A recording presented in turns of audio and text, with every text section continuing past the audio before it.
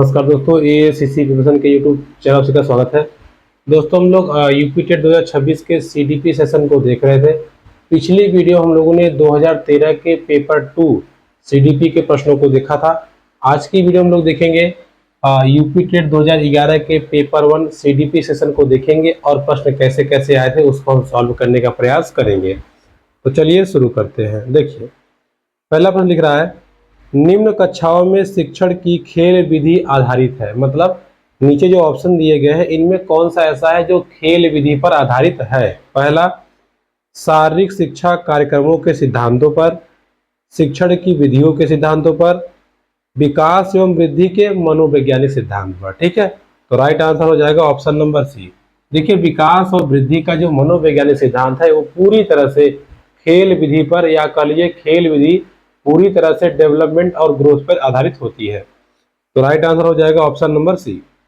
अगला प्रश्न है, डिसलेक्सिया संबंधित है। देखिए, मैंने आपको दो तीन चीजें बताई थी। एक मैंने आपको बताया था कि डिसलेस, जहां पे लेस आए वो होता है कमी या कमजोर। तो हम क्या कहते हैं, लेस मतलब कम। हम कहते हैं कि बच्चा हमारा पढ़ने में कमजोर है, या कहते हैं पढ़ने में लिखने में कमजोर है। हमेशा हम कहते हैं बच्चा पढ़ाई में कमजोर है। तो जब डिसलेक्सिया आएगा, क्या आएगा, डिसलेक्सिया यानी कि लेस आएगा, तो उसका मतलब होगा पढ़ाई संबंधित रोग। वही कैलकुलिया आएगा तो वो होगा गणित संबंधी रोग, क्योंकि कैलकुलेशन गणित में आता है।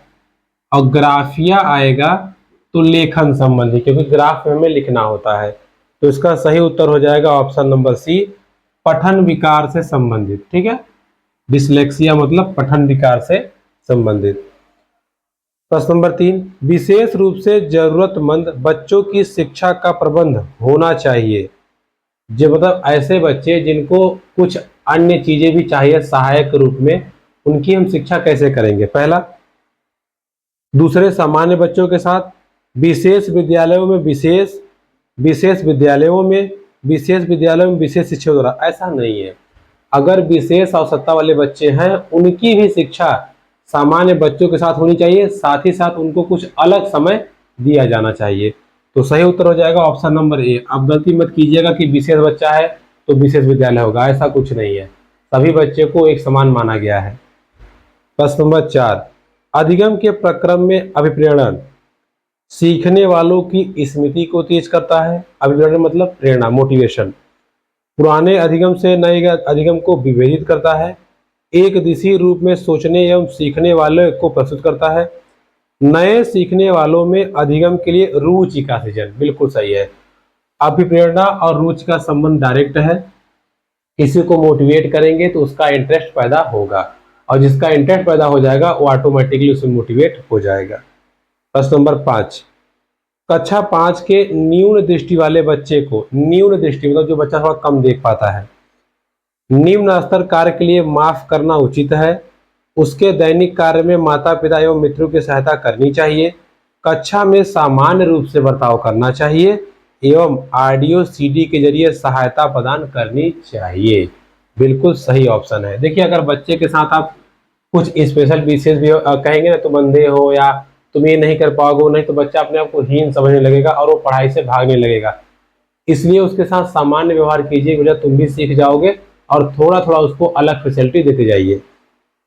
प्रश्न नंबर 6, श्यामपट्ट को शिक्षण सामग्री के किस समूह के अंतर्गत रखते हैं। श्रव्य साधन, दृश्य साधन, दृश्य श्रव्य साधन, इनमें से कोई नहीं।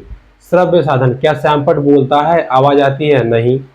दृश्य श्रव्य, फिर आ गया देखने वाला बोलने वाला, नहीं। श्रव्य साधन केवल देखने वाला साधन है। तो राइट आंसर हो जाएगा ऑप्शन नंबर, अच्छा इसके पहले छठा नंबर, ऑप्शन नंबर बी। चलिए, प्रश्न नंबर 7, निम्न में से कौन शिक्षण कुशलता से संबंधित है। श्यामपट्ट पर लिखना बिल्कुल है, प्रश्नों को हल करना ये भी है, प्रश्न पूछना ये भी है। तो राइट आंसर हो जाएगा ऑप्शन नंबर डी, सभी के सभी शिक्षण की कुशलता से संबंधित है। प्रश्न नंबर 8, कक्षा में जो विद्यार्थी प्रश्न पूछते हैं उन्हें हम क्या करेंगे। पहला, कक्षा के बाद मिलने की सलाह देंगे कि बेटा तुम बाद में मिलना, या चर्चा में भाग लेने के लिए प्रोत्साहित करेंगे कि अच्छा ठीक है हाँ हाँ, और बोलो आगे बोलो, ठीक है आगे बोलो। अगला, लगातार प्रश्न पूछने के लिए प्रोत्साहित करेंगे। बिल्कुल सही है, ठीक है। आगे नहीं बढ़ाना है, आपको नजरअंदाज नहीं करना है, ना ही ये कहना है कि बाद में मिलेंगे, और ना ही लास्ट वाला है कि तुम खुद से उत्तर खोजो। हमेशा उसको मोटिवेट करिए। हाँ बेटा बहुत अच्छा प्रश्न है, अगला पूछो, चलो ये बता दी इसका उत्तर, यानी कि उसको मोटिवेट करते रहिए ताकि वो प्रश्नों को लगातार आपसे पूछता रहे। प्रश्न नंबर 9, शिक्षा की किंडरगार्टन पद्धति का प्रतिपादन किसने किया था? तो मैंने आपको बताया था, शिक्षा की किंडरगार्टन विधि का प्रतिपादन किसने किया था? फ्रावेल ने किया था। तो इसका राइट आंसर हो जाएगा ऑप्शन नंबर सी, ठीक है। ये हमने जब विधियां लिखाई थी वहां बताया था। प्रश्न नंबर 10, एक अभिभावक आपसे विद्यालय में मिलने के लिए कभी नहीं आता, आप क्या करेंगे? बच्चे की उपेक्षा करेंगे, मतलब उस बच्चे को छोड़ देंगे, चलो हटो, इसके माता पिता नहीं आते। अभिभावक को लिखेंगे, पत्र लिखेंगे, आप स्वयं उनसे मिलने जाएंगे, या बच्चे को दंड देना शुरू कर देंगे? तो इसका राइट आंसर होगा आप स्वयं मिलने जाएंगे, ठीक है। Option number C is the right answer. अगर वो नहीं आ पा रहे हैं तो आप खुद जाइए। प्रश्न नंबर 11, बचपन का सांप्रतिक दृष्टिकोण की मान्यता है, बहुत तरीके से बच्चे प्राप्त वयस्कों के बराबर होते हैं, बच्चों को युवा प्राप्त वयस्कों के रूप में सबसे अच्छा माना जाता है, बचपन आधिकारिक रूप से प्रतीक्षा अवधि है, बचपन वृद्धि एवं परिवर्तन की एक अनूठी अवधि है। बिल्कुल सही, option number D is the right answer. प्रश्न नंबर 12, देखिए कई प्रश्न ऐसे होंगे ना, आप पढ़ेंगे आपको खुद ही लग जाएगा अच्छा यही है।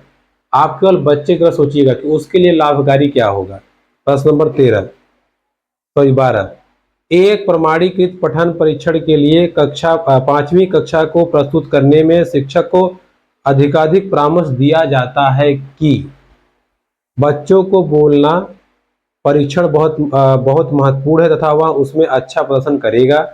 मतलब टीचर को ये बोला जाता है कि आप जाइए बच्चों से कहिए कि अच्छा से अच्छा करना बहुत महत्वपूर्ण है। क्या ये होता है? पूर्ववर्ती परीक्षा से प्रधान प्रश्नों को चिन्हित करना एवं छात्रों को उत्तर देने के लिए अनुमति देना। मतलब जो पहले परीक्षा हुआ है उसमें इंपॉर्टेंट को टिक कर देना, फिर कहना कि इसका उत्तर दे देना। क्या ये होता है? निम्न कोटि के पाठकों को प्रशिक्षण देना ताकि कक्षा के शेष बच्चे किसी भी तरीके से अच्छा करें, ऐसा हो रहा। अथवा डी नंबर, परीक्षण में आने वाले समान प्रकार के प्रश्नों को उत्तर देने के लिए छात्रों का अभ्यास कराना। तो राइट आंसर हो जाएगा ऑप्शन नंबर डी, जब भी टेस्ट हो बच्चों को आप प्रॉपर अभ्यास कराइए। प्रश्न नंबर 13, असंगठित घर आने वाला बच्चा सबसे अधिक कठिनाई का अनुभव करेगा सुनिर्मित पाठों में, स्वतंत्र अध्ययन में, नियोजित निर्देशन में, अभ्यास पुस्तिकाओं में। तो इसका राइट आंसर होगा स्वतंत्र अध्ययन में। देखिए जब भी बच्चा असंगठित घर से या किसी ऐसी फैमिली से आता है जो थोड़ा सा कह लीजिए कि पिछड़ी हुई फैमिली है, तो अपने कक्षा में वो हमेशा दबा दबा महसूस करेगा और पूरी तरह से फ्री होकर काम नहीं कर पाएगा। तो राइट आंसर होगा ऑप्शन नंबर बी। प्रश्न नंबर 14, आप देखते हैं कि एक छात्र बुद्धिमान है, आप उनके साथ संतुष्ट रहेंगे कि चलो अच्छा है पढ़ने में, उसे अतिरिक्त गृह कार्य नहीं देंगे, उसे एक्स्ट्रा काम नहीं देंगे, वह जैसे अधिक प्रगति कर सके उसे उसके अनुप्रेरित करेंगे, या उसके अभिभावकों को सूचित करेंगे वह बुद्धिमान है। तो इसका राइट आंसर आप खुद सोचिए कौन होगा। ऑप्शन नंबर सी, जितना वो कार्य कर लेगा उसको और प्रेरित करेंगे, बेटा बहुत अच्छा और आगे कार्य करो और आगे बढ़ो।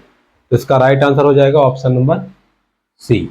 प्रश्न नंबर 15, यदि कुछ विद्यार्थी कक्षा में अध्ययन की चित्तवृत्ति में नहीं है तो आप क्या करेंगे? पहला, उन्हें अध्ययन के लिए बाध्य करेंगे, उन्हें कक्षा छोड़ने के लिए कह देंगे, बिल्कुल नहीं, उन्हें चेतावनी देंगे, बिल्कुल नहीं, लास्ट वाला उन्हें उनकी रुचि अथवा आप अपने विषय के अनुसार रुचिपूर्ण चीजें बताएंगे। बिल्कुल सही बात है, जब भी बच्चे का पढ़ने का मन ना लगे तो कुछ इंटरेस्टिंग चीजें कीजिए। प्रश्न नंबर 16, वह स्तर जिसमें बच्चा किसी वस्तु एवं घटना के बारे में तार्किक रूप से सोचना शुरू कर देता है उसे हम क्या कहते हैं? संवेदन प्रबोध अवस्था, जीन पियाजे की अवस्था है पहली अवस्था 0 से 2 वर्ष वाली। क्या इसमें तर्क करेगा बच्चा? बिल्कुल नहीं करेगा। औपचारिक अवस्था, क्या इसमें तर्क करेगा बच्चा? औपचारिक मतलब होता है कल्पना करना, यहाँ पे कल्पना करके बच्चा चीजों को सीखता है, ये लास्ट स्टेज है, ठीक है, यहाँ पे तर्क नहीं करेगा। पूर्व संक्रियात्मक, यहाँ पे पुरानी चीजों को जोड़ के सीखेगा इमेज से, यहाँ भी नहीं करेगा। मूर्त संक्रियात्मक, बिल्कुल सही है, ऑप्शन नंबर डी। यहाँ पे बच्चा चीजों को देखेगा ना तो सोचेगा ये ऐसा ऐसे क्यों बना, जैसे फैन चल रहा है, फैन क्यों घूम रहा है, ऐसे ऐसे क्यों, ऐसे क्यों नहीं घूम रहा है, दो पंखी क्यों है, लाइट से क्यों चल रहा है, तमाम प्रकार के क्वेश्चन वो करेगा, ठीक है, क्योंकि देख रहा है, देख के जब चीजों को सोचना शुरू करेगा तो उसे कहते हैं तर्क करना। इसका राइट आंसर हो जाएगा ऑप्शन नंबर डी। 17, बच्चों के बौद्धिक विकास के 4 सुस्पष्ट स्तरों को पहचाना गया। कोलबर्ग द्वारा, एरिक्सन द्वारा, स्किनर, पियाजे। अभी तो आया था पियाजे द्वारा। संज्ञानात्मक विकास में पियाजे ने कितने स्तर बताए थे? 4। संवेदीगामक, और दूसरा पूर्व संक्रियात्मक, तीसरा मूर्त, चौथा औपचारिक। प्रश्न नंबर 18, अल्पवयस्क बच्चों में अधिगम में बच्चों के अधिगम में अभिभावकों की भूमिका कैसी होनी चाहिए? निषेधात्मक, अग्रसक्रिय, संवेदात्मक, उदासीन। निषेधात्मक मतलब उनको रोकना चाहिए, संवेदात्मक संवेदनशील, बेटा चलो ठीक है तुम सीख जाओगे, या उदासीन या अग्रसक्रिय। अग्रसक्रिय खुद से अल्पवयस्क मतलब जो बच्चा अभी वयस्क नहीं हुआ है, उसके ज्ञान में, उसके वृद्धि में या उसके विकास में जो भी उसके अभिभावक है उनको आप एक्टिव रहना चाहिए कि मेरा बच्चा क्या सीख रहा है, कैसे सीख रहा है, कितना सीख रहा है। तो सही उत्तर हो जाएगा ऑप्शन नंबर बी। बात करते हैं 19, बच्चों के संज्ञानात्मक विकास को सबसे अच्छे तरीके से कहां परिभाषित किया गया है? ध्यान दीजिएगा, शारीरिक विकास नहीं बोल रहा है, संज्ञानात्मक दिमाग वाले को बोल रहा है। अगर खेल का मैदान, यहाँ पे कहता शारीरिक विकास तो खेल का मैदान हो जाता है, लेकिन कहा है संज्ञानात्मक विकास, तो खेल के मैदान में, विद्यालय कक्षा में, ऑडिटोरियम में, गृह में। तो राइट आंसर हो जाएगा ऑप्शन नंबर बी। ये भी क्वेश्चन पूरा रिपीट कर गया है, कहा, अरे ऑप्शन नंबर बी, ठीक है। 18 का क्या था? 18 का था शायद ऑप्शन नंबर क्या था? बी था, ठीक है, इसका भी बी था। चलिए 20 नंबर, डैश को अनुप्रेरित शिक्षण के एक संकेत के रूप में विवेचित किया जाता है। किसको? कक्षा में अधिगम उपस्थिति, शिक्षक द्वारा उपचारात्मक कार्य, विद्यार्थियों द्वारा प्रश्न पूछना। बिल्कुल सही बात है। जिस कक्षा में प्रश्न बच्चे पूछते हैं इसका मतलब वो कक्षा बहुत अच्छे से चल रही है, क्योंकि प्रश्न वहीं होगा जहां पढ़ाई होगी, जहां पढ़ाई होगी वहीं कंफ्यूजन होगा और वहीं पे प्रश्न आएगा, ठीक है। तो राइट आंसर होगा ऑप्शन नंबर सी।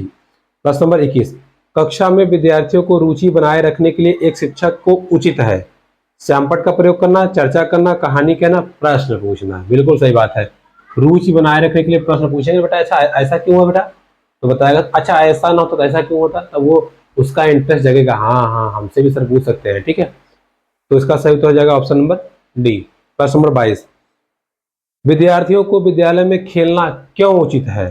पहला, उन्हें शारीरिक रूप से सशक्त बनाएगा, शिक्षकों के लिए काम आसान करेगा, बिल्कुल नहीं। समय बिताने में सहायक होगा, बिल्कुल नहीं। यह सहयोग एवं संतुलन का विकास करेगा, बिल्कुल सही है। देखिए पहला वाला भी यहाँ पे सही है, लेकिन इसमें जो डी लास्ट वाला है ये बिल्कुल से संतुलन भी हो गया और विकास भी हो गया, सहयोग भी हो गया। तो option number D is right answer. प्रश्न नंबर 23, परिवार एक साधन है, कैसा साधन? अनौपचारिक शिक्षा, औपचारिक शिक्षा, गैर औपचारिक, दूरस्थ। तो इसका राइट आंसर होगा अनौपचारिक शिक्षा। Option number A is right answer, अनौपचारिक शिक्षा, ठीक है। परिवार। प्रश्न नंबर 24, एक शिक्षक विद्यार्थियों में सामाजिक मूल्यों को विकसित कर सकता है, कैसे? मतलब सोशल वैल्यूज को कैसे? महान व्यक्तित्व के बारे में बोलकर, अनुशासन की अनुभूति को विकसित करके, आदर्श रूप में बर्ताव करके। बिल्कुल सही बात है। एक शिक्षक जैसा बर्ताव करेगा उसके स्टूडेंट भी वैसे ही बर्ताव करते हैं। तो अगर वो चाहता है कि सोशल वैल्यूज को बच्चा समझे तो उसी अनुसार उसको भी कार्य करना चाहिए। आगे बढ़ते हैं, देखिए प्रश्न नंबर 25, एक शिक्षक के लिए सबसे महत्वपूर्ण क्या है? कक्षा में अनुशासन बनाए रखना, कक्षा में समयानुवर्ती होना, विद्यार्थियों की कठिनाई को दूर करना, एक सुवक्ता होना। तो इसका राइट आंसर हो जाएगा ऑप्शन नंबर सी, विद्यार्थियों की कठिनाइयों को दूर करना। यही एक शिक्षक की सबसे महत्वपूर्ण योग्यता या कार्य होता है। प्रश्न नंबर 26, आप एक अति सक्रिय बालक को कैसे सही दिशा में लाएंगे? अति सक्रिय मतलब जो बच्चा फट से उत्तर बोल देता है, जैसे आपने किसी और से पूछा वो दूसरे फट से बोल दिया, उसको आप लाइन पे कैसे लाएंगे? उन्हें पहली पंक्ति में बिठाएंगे, कड़ी नजर रखेंगे, नहीं। कक्षा में कोने में बिठाएंगे, बिल्कुल नहीं। उसे श्यामपट्ट आदि साफ करने का काम देंगे, उपरोक्त में से कोई नहीं। अब ध्यान दीजिए, अब ये तो फंस गया, ऐसा लग रहा है कि इसमें से कोई नहीं होना चाहिए, है ना। लेकिन जो अति सक्रिय बच्चा है उसको कुछ न कुछ एक्स्ट्रा एक्टिविटी चाहिए, तो आयोग ने इसका सही उत्तर माना है ऑप्शन नंबर सी, उसे श्यामपट्ट वगैरह साफ करने का अतिरिक्त कार्य देंगे। हालांकि है गलत, लेकिन आयोग ने माना है सही, तो हमको मान के चलना पड़ेगा। प्रश्न नंबर 27, पृथक पृथक समजाति समूह के व्यक्तित्वों में प्रति बच्चों के अवृत्ति साधारणतः आधारित होती है उनके अभावकों के चित्तवृत्ति पे, समकक्षों की आवृत्ति पे, दूरदर्शन के प्रभाव पे, उनके सहदरों की आवृत्ति पे। तो पूछा है पृथक पृथक, मतलब इंडिविजुअल डिफरेंसेस बच्चों में कैसे आता है? परिवार से, जिस परिवार से वो आएंगे, यानी कि option number A is the right answer. प्रश्न नंबर 28, आपको अपनी कक्षा में 2 मंदबुद्धि बच्चों को बिठाने के लिए बोला गया है, ठीक है। आप उन्हें अपने विद्यार्थी के रूप में ग्रहण करने से इनकार कर देंगे, मतलब आप ये कह देंगे मेरे विद्यार्थी ये है ही नहीं।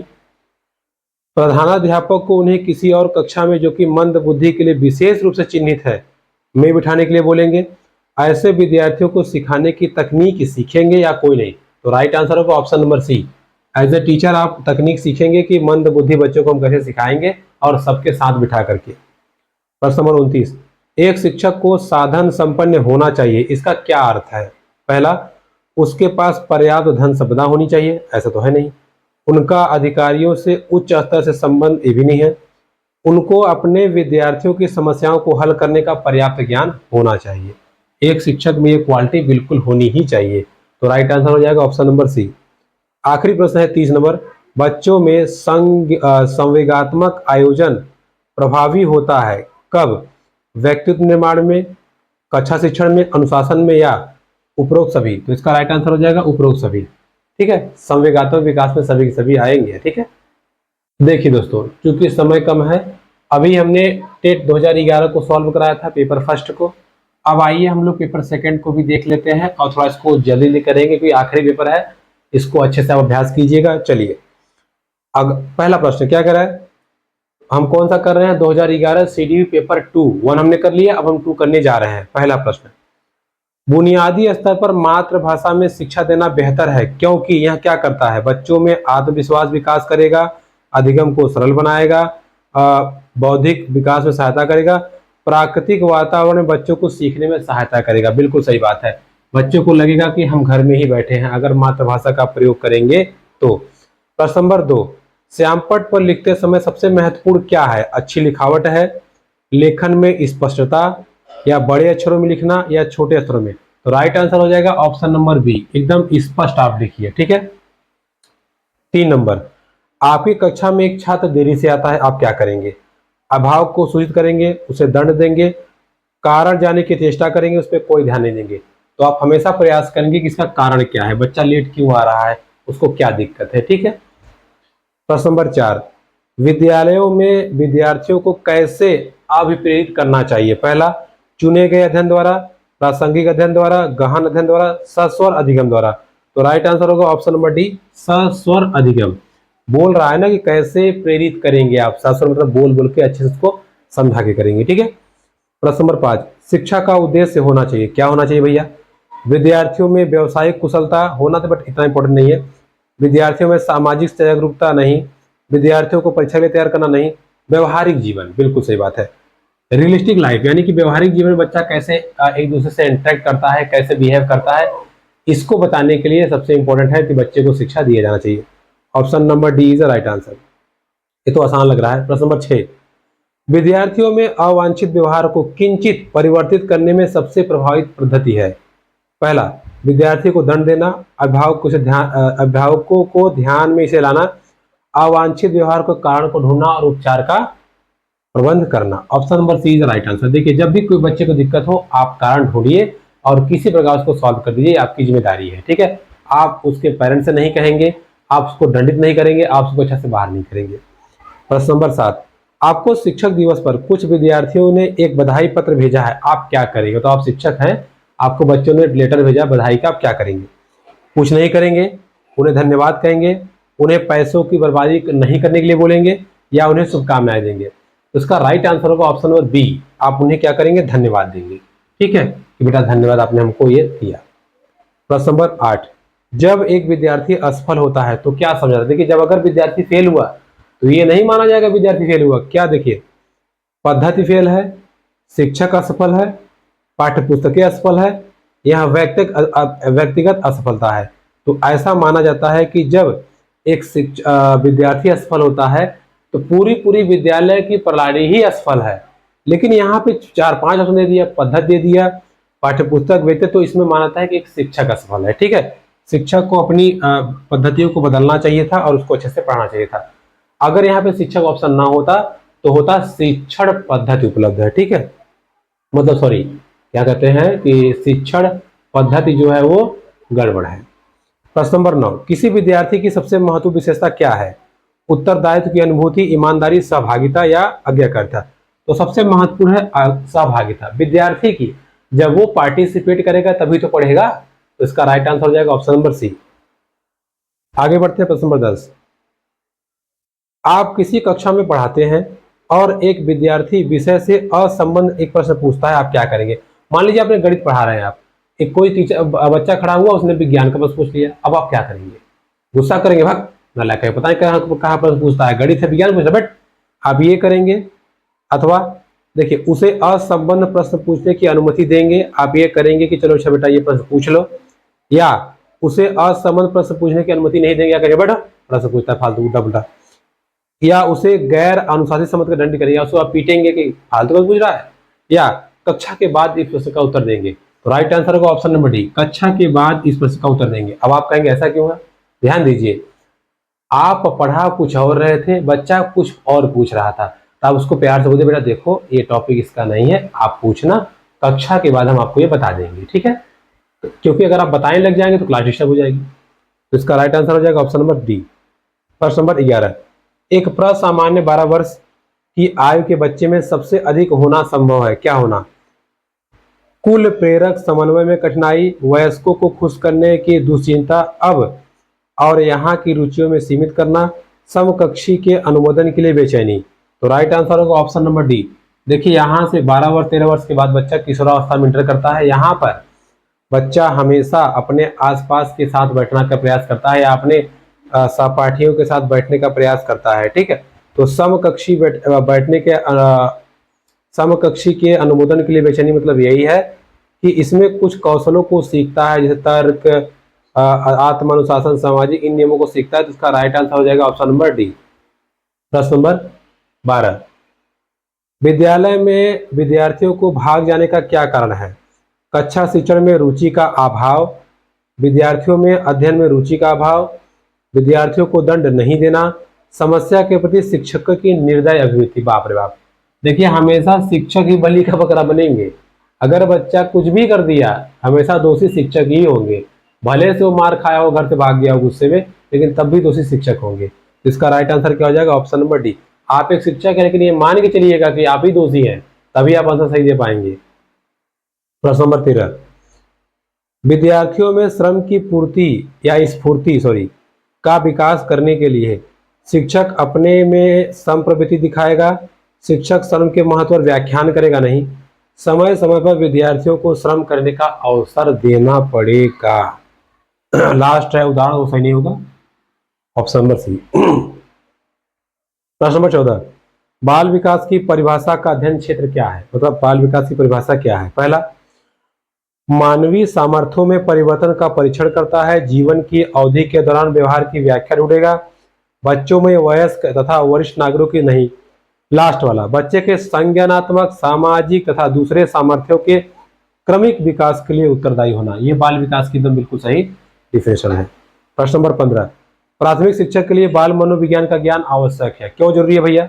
जो प्राइमरी टीचर हैं, यह बच्चे को अनुशासित बनाने में सहायता करता है, नहीं। परीक्षा में के परिणाम में उन्नति होती बिल्कुल नहीं।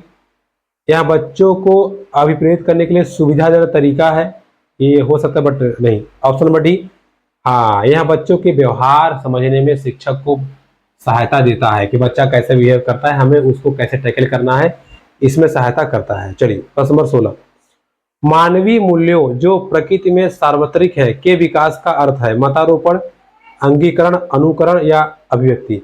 तो इसका राइट आंसर हो जाएगा अंगीकरण, ठीक है, उसको अपना लेना। प्रश्न नंबर 17, अपने विद्यार्थियों को समझने के लिए एक शिक्षक में अच्छी जानकारी होनी चाहिए, किसकी?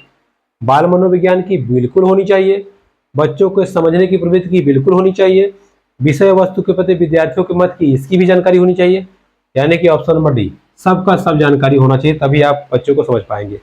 प्रश्न नंबर 18, निम्न में से किस स्तर में बच्चों को अपने समकक्षी वर्ग के सक्रिय सदस्य बनते हैं? अभी आया था समकक्षी वर्ग, मतलब अपने कक्षा के साथ वो एकोमोडेट करते हैं, उनके लिए तैयार रहते हैं या उनके लिए एकदम एक्टिव हो जाते हैं, किशोरावस्था। तो राइट आंसर हो जाएगा ऑप्शन नंबर ए, अभी आया था कुछ देर पहले। प्रश्न नंबर 19, मनोचित्रण। ठीक है, देखिए किशोरावस्था नहीं, आप कह सकते हैं पूर्व किशोरावस्था, यानी कि 9 से 12 वर्ष, उत्तर वाले अवस्था वाला। प्रश्न नंबर 19, मनोचित्रण का क्या संबंध है? अर्थग्राह्यता को बढ़ाने की तकनीकी, जोखिम भरे कार्य को क्रम योजना, मन का चित्र खींचना नहीं, मन के प्रकार का अन्वेषण। ठीक है, मतलब मन किस प्रकार से किस दिशा में जा रहा है उसका अन्वेषण, उसको खोजबीन करना, ये आपका क्या है? मनोचित्रण। प्रश्न नंबर 20, प्रतिभाशाली होने के संकेत निम्न में से क्या नहीं है? विद्यार्थियों में सृजनात्मकता, ये तो होगा ही होगा, बच्चा अगर पढ़ने में है तो। अगला है, देखिए दूसरों के साथ लड़ना नहीं, ये नहीं है, यही आपका सही उत्तर हो जाएगा। किसी भी प्रतिभाशाली बच्चे में किसी के साथ लड़ने का क्वालिटी हो ऐसा नहीं है, बाकी सब है। अभिव्यक्ति में अनूठापन बिल्कुल, कौतूहल ये भी बिल्कुल है। प्रश्न नंबर 21, बालिका शिक्षा को महत्ता देना उचित है क्योंकि बालिकाएं बालकों की अपेक्षा अधिक बुद्धिमती होती हैं, ऐसा कुछ नहीं है। बालिकाएं बालकों में अल्पसंख्यक ये भी नहीं है।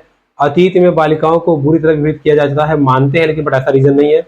ऑप्शन नंबर डी, किसी सामाजिक परिवर्तन के नेतृत्व में केवल बालिकाएं ही समर्थ होती हैं, बिल्कुल सही बात है। देखिए समाज के उत्थान के लिए बालिकाओं का होना बहुत जरूरी है। क्यों? क्योंकि एक छोटे बच्चे में संस्कार का कह लीजिए कि संस्कार को देना या उनको किस दिशा में ले जाना है, ये माताओं का बहुत बड़ा रोल होता है। अगर माताएं पढ़ी लिखी हैं तो बच्चे शुरू से ही काफी चीजों को जान जाते हैं, अगर अनपढ़ है तो नहीं जान पाते। माताओं में अच्छी अच्छी बातें हैं तो बच्चों को अच्छी अच्छी बातें जाएंगी, वो अच्छा नागरिक शुरू से ही बनता जाएगा। क्योंकि देखिए उसकी जो मेमोरी होती है 90% तो बाल्यावस्था तक डेवलप हो जाती है। अगर उसी दौरान उसको अच्छी अच्छी चीजें बताई गई तो अच्छा नागरिक बन जाएगा।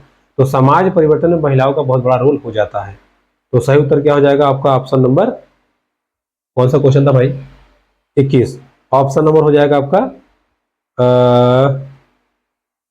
B number. ठीक है, प्रश्न नंबर 22, समन्वित शिक्षा की सफलता निर्भर करती है किस पे? समुदाय के समर्थन, पाठ्यपुस्तक, शिक्षण अधिगम की वस्तु की गुणवत्ता पर, शिक्षकों में अभिवृत्तिगत परिवर्तन पर। ठीक है, ये बिल्कुल सही बात है।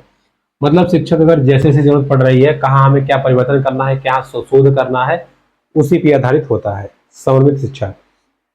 प्रश्न नंबर 23, अधिगम से संबंधित किसी विद्यार्थी की समस्याओं का सबसे अच्छा उपचार क्या है? कठोर परिश्रम का सुझाव, ग्रंथालय में निश्चित अध्ययन, निजी शिक्षण का सुझाव, निदानात्मक शिक्षण। ठीक है, तो राइट आंसर हो जाएगा ऑप्शन नंबर डी। देखिए निदानात्मक और एक होता है उपचारात्मक। उपचारात्मक शिक्षण मतलब ये होता है कि बच्चे की कमी को ढूंढना, उसको बता देना कि बेटा ये गलती है तुम सुधारो इसको। निदानात्मक मतलब होता है समस्याओं को ढूंढना, बच्चे को बताना और साथ ही साथ उसका सॉल्व भी करवा देना। तो आपसे बोला ना, अधिगम में संबंधित किसी विद्यार्थी की समस्याओं का सबसे अच्छा उपचार आप कर पाएंगे। तो राइट हो जाएगा और निदानात्मक। 24 नंबर, एक शिक्षक विद्यार्थियों को अनुप्रेरित कर सकता है कैसे? पुरस्कार देके, उदाहरण देकर, सही मार्ग, कक्षा में भाषण। तो राइट होगा ऑप्शन नंबर ए, पुरस्कार देके उसको प्रेरित कर सकता है। प्रश्न नंबर 25, यदि कोई विद्यार्थी आपका सम्मान नहीं करता तो आप क्या करेंगे? उसकी उपेक्षा करेंगे, उसे कम अंक देंगे, उसके अभिभावकों से बात करेंगे या उसे डांटेंगे? तो राइट आंसर हो जाएगा ऑप्शन नंबर सी, अभिभावकों से बात करेंगे कि ऐसा वो क्यों कर रहा है, क्या रीजन है, कुछ बात तो नहीं है। इसका राइट आंसर हो जाएगा ऑप्शन नंबर सी। प्रश्न नंबर 26, शिक्षण का सत्तावादी स्तर क्या है? शिक्षक केंद्रित, छात्र केंद्रित, प्रधानाध्यापक केंद्रित, अनुभव केंद्रित। तो राइट आंसर हो जाएगा शिक्षक केंद्रित, ऑप्शन नंबर ए। देखिए सत्तावादी केंद्रित मतलब जैसे शिक्षक कक्षा में पूछा किसी घंटी है सर अंग्रेजी की, नहीं आज हम पढ़ाएंगे गणित, तो ये हुआ सत्तावादी। बच्चे सोच रहे हैं सर अंग्रेजी था, जब गणित पढ़ाएंगे, तो ये हुआ सत्तावादी। तो इसका राइट आंसर हो जाएगा ऑप्शन नंबर ए। 27 नंबर, चरित्र का विकास होता है इच्छा शक्ति द्वारा, बर्ताव व्यवहार द्वारा, नैतिकता द्वारा, उपरोक्त सभी के द्वारा। तो राइट आंसर हो जाएगा उपरोक्त सभी के द्वारा। प्रश्न नंबर 28, निम्न में से कौन सा शिक्षण अधिगम का स्तर नहीं है? विभेदीकरण, स्मृति, चिंतनशील और समझ। आपको याद होगा मैंने आपको बताया था कि चिंतन के स्तर में 3 आते हैं, मेमोरी लेवल, स्मृति और अंडरस्टैंडिंग लेवल समझ, और थिंकिंग लेवल यानी कि चिंतनशील। आपका जो पहला नंबर है विभेदीकरण, यही आपका स्मृति स्तर में नहीं आता। 29, यदि एक विद्यार्थी कक्षा में भाग लेने से संकोच करता है तो आप क्या करेंगे? उससे प्रश्न नहीं पूछेंगे, ऐसा नहीं है, जिन प्रश्नों के वो उत्तर दे सकता है केवल वही प्रश्न पूछेंगे, ये भी नहीं है। उन प्रश्नों को नहीं पूछेंगे, ये भी बिल्कुल नहीं होगा। लास्ट ऑप्शन, उससे केवल तब प्रश्न पूछेंगे जब उसे उत्तर देने के लिए उत्साहित हो। बिल्कुल सही बात है, option number D is the right answer. जब बच्चा उत्साहित हो, हाँ बेटा बताओ बताओ, इससे उसको बल मिलेगा और धीरे धीरे वो कक्षा में पार्टिसिपेट करने लगेगा। प्रश्न नंबर 30, आखिरी प्रश्न, शिक्षक का बर्ताव कैसा होना चाहिए? प्रशासनात्मक मतलब कठोर, या शिक्षाप्रद, या आदर्शवादी, या निर्देशात्मक? तो राइट आंसर हो जाएगा option number C, ideal teacher की तरह आपको शिक्षक बनना है, या एक आइडियल टीचर की तरह उसका व्यवहार होना चाहिए। तो दोस्तों ये रही आज की हमारी क्लास, जिसमें हम लोगों ने यूपी टेट के पेपर फर्स्ट और सेकंड दोनों को देखा। अब हम लोगों ने, अगर आप देखेंगे तो 2021, 2019, 2018, 2017, 2016 और 2015, 2014, 2013 और 2011, 1 2 3 4 5 6 7 8 9 और हर में पेपर 2 कराया गया हमने, 1 2, कुल मिला के 18 प्रश्न पत्र मैंने आपको सॉल्व करा दिए हैं। अगर देखें तो आप 30 से गुणा कर दे तो 540 प्रश्न आपने पढ़ लिए हैं, और इन 540 प्रश्न को डिफरेंशियल करके हमने बताया तो लगभग 2-2,500 प्रश्न हो गए हैं। और अगर यही केवल 540 प्रश्न आपके तैयार हैं तो आप आराम से एकदम 25 नंबर आराम से पा जाएंगे, ऐसी मेरी विश्वास है, पूरी तरह से इसका गारंटी है, अगर आपको पूरा तैयार है तो। अब हमारे प्रश्न पत्रों का सीरीज समाप्त हुआ, आज है 30 तारीख, इसको वीडियो अपलोड कर देंगे जल्द ही, आप इसको देख लीजिएगा, समझ लीजिएगा। कल अगर हमको समय मिलेगा तो हम 1 तारीख को सभी सिद्धांतों का समराइज करके शॉर्ट वीडियो, मतलब शॉर्ट क्या, लगभग आधे घंटे वीडियो रहेगा, लेकिन सभी जितने भी सिद्धांत हैं सबको हम अच्छे समझा देंगे और बता देंगे। उनको अगर वीडियो डाल पाते हैं, मौसम सही रहता है, लाइट रहती है, तो आप उसको जरूर पढ़िएगा, आपको बहुत ही बेनिफिट मिलेगा। तो मिलेंगे आपसे अगली वीडियो में, तब तक के लिए नमस्कार।